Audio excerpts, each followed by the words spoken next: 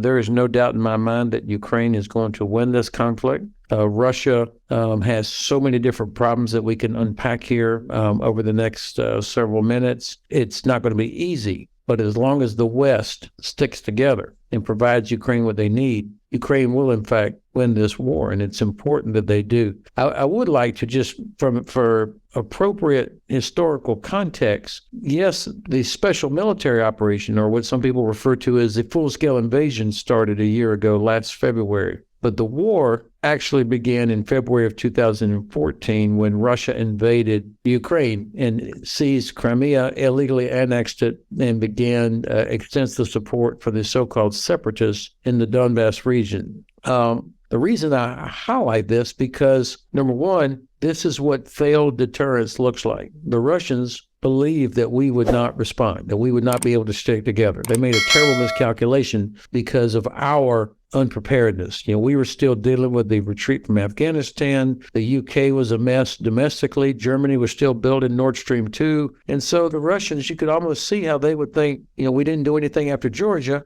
We probably would not respond. And we didn't do anything after 2014. So we probably wouldn't really respond or be able to stick together. So that's one reason that I wanted to highlight the fact that we have to go back to 2014 in terms of when it started. And then, of course, their annexation of Crimea has given them the most important, decisive part of Ukraine. And it changes everything. It gives them an advantage in the economic sphere as well as the military sphere. So, yes, the special military operation started last February, but I think it's important to have the context. And then finally, there still are a lot of good, smart, well-intentioned people that just can't imagine that Ukraine will defeat Russia. It's just too big. But this has been going on for 9 years, and Russia only controls somewhere between 15 and 20% of Ukraine, despite having all the advantages. And so I think when you take a look at that, after 9 years, they still have not sorted out most of their major problems. This is part of the reason why I'm optimistic about Ukraine. It's hard to know exactly the numbers on the Russian side. There's been a lot of headlines about 500,000 new conscripts and hundreds of thousands of this or that. I don't believe any of those numbers. I think the Russians probably have total somewhere between 250, 300,000 troops involved in this conflict in and around Ukraine, which is more than what they started with, you'll remember. So they have gone through a couple of iterations, mobilizations, increased conscription. The Wagner Group in particular, the private military company led by Mr. Prigozhin, has emptied the prisons. So they have gotten up, I think, somewhere in that range. But that's just raw numbers. That does not equal real combat power. It's hard to say how many their casualties are. The Ukrainian General Staff puts out every day what they think the number is, and they put, I think it's somewhere around 135,000 killed, and then another tens of thousands that are wounded of Russians. So the numbers I do generally trust. On the Ukrainian side, the numbers are, I'm certain they've lost tens of thousands of soldiers killed and wounded. There's no, just given the nature of the combat and the intensity of it, not so many as the Russians, but nonetheless, a huge number of casualties. But they do a good job, I will say, on two things. One, their medical evacuation has improved dramatically over the past few years, and especially this year. Whereas on the Russian side, you see almost no attempt to do what we would recognize as medical evacuation, battlefield treatment. So I suspect that the Russian died of wounds rate is significantly higher than it is for the Ukrainian side. On the other hand, I have no idea how many they really have, because Ukrainian General Staff is very, very disciplined about protecting information. So I don't know how many troops they have. I don't know how many actual casualties they've had. But in a war of attrition, they still have about 2 million women and men of military age that are prepared to step forward. So I don't think we're going to see Ukraine running out of people.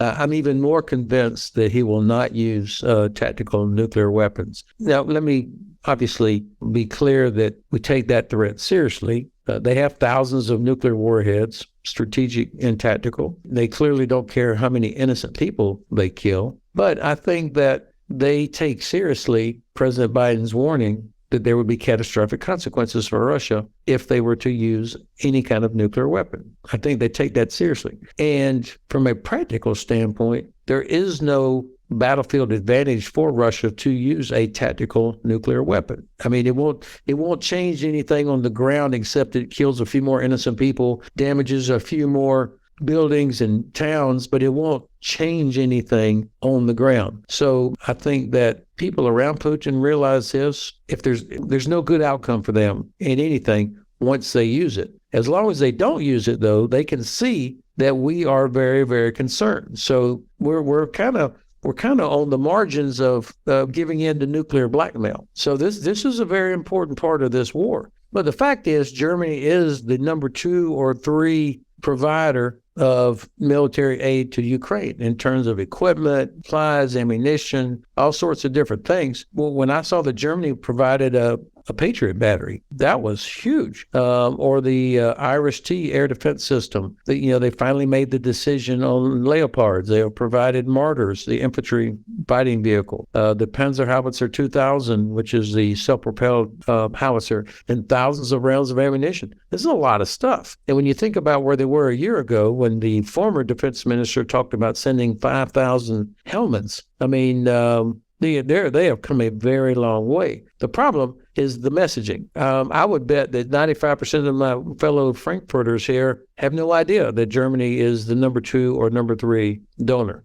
I do believe that there is a very real possibility that the Russian Federation could begin to break apart next year, depending on how, what happens in Crimea, what happens on the other side. When you look at these, the characters over there, you have Prigozhin, who spends most of his time doing TikTok, visiting his own troops and criticizing Shoigu and Gerasimov, the defense minister and the chief of the Russian general staff. I mean, very publicly. And I think he sees himself either as the savior for Putin or the successor. But clearly, he feels no allegiance to the general staff, and he complains that they are, screwing him over, that they don't provide him what he needs. I think actually the Russian general staff hopes he fails. They would rather see him fail than their own guys succeed, because he is such a pain to them. But he's still got Wagner troops all over Africa, and they're guarding gold mines, diamond mines. That's how he finances his whole operation. Then you've got Kadyrov, the leader of the Chechens. The Ukrainians refer to them as the TikTok army because there's always video of them standing around with their vehicles on parade and all that, but you don't ever see video of dead Chechens. So I think Kadyrov is somehow keeping his guys out of the worst part of the fighting, so that either they are in position to break away a third Chechen war, if you will, or maybe he sees himself showing up just in time to be the savior. I don't know. But fortunately for Ukraine and fortunately for us, the Russians have still, after 9 years, not managed to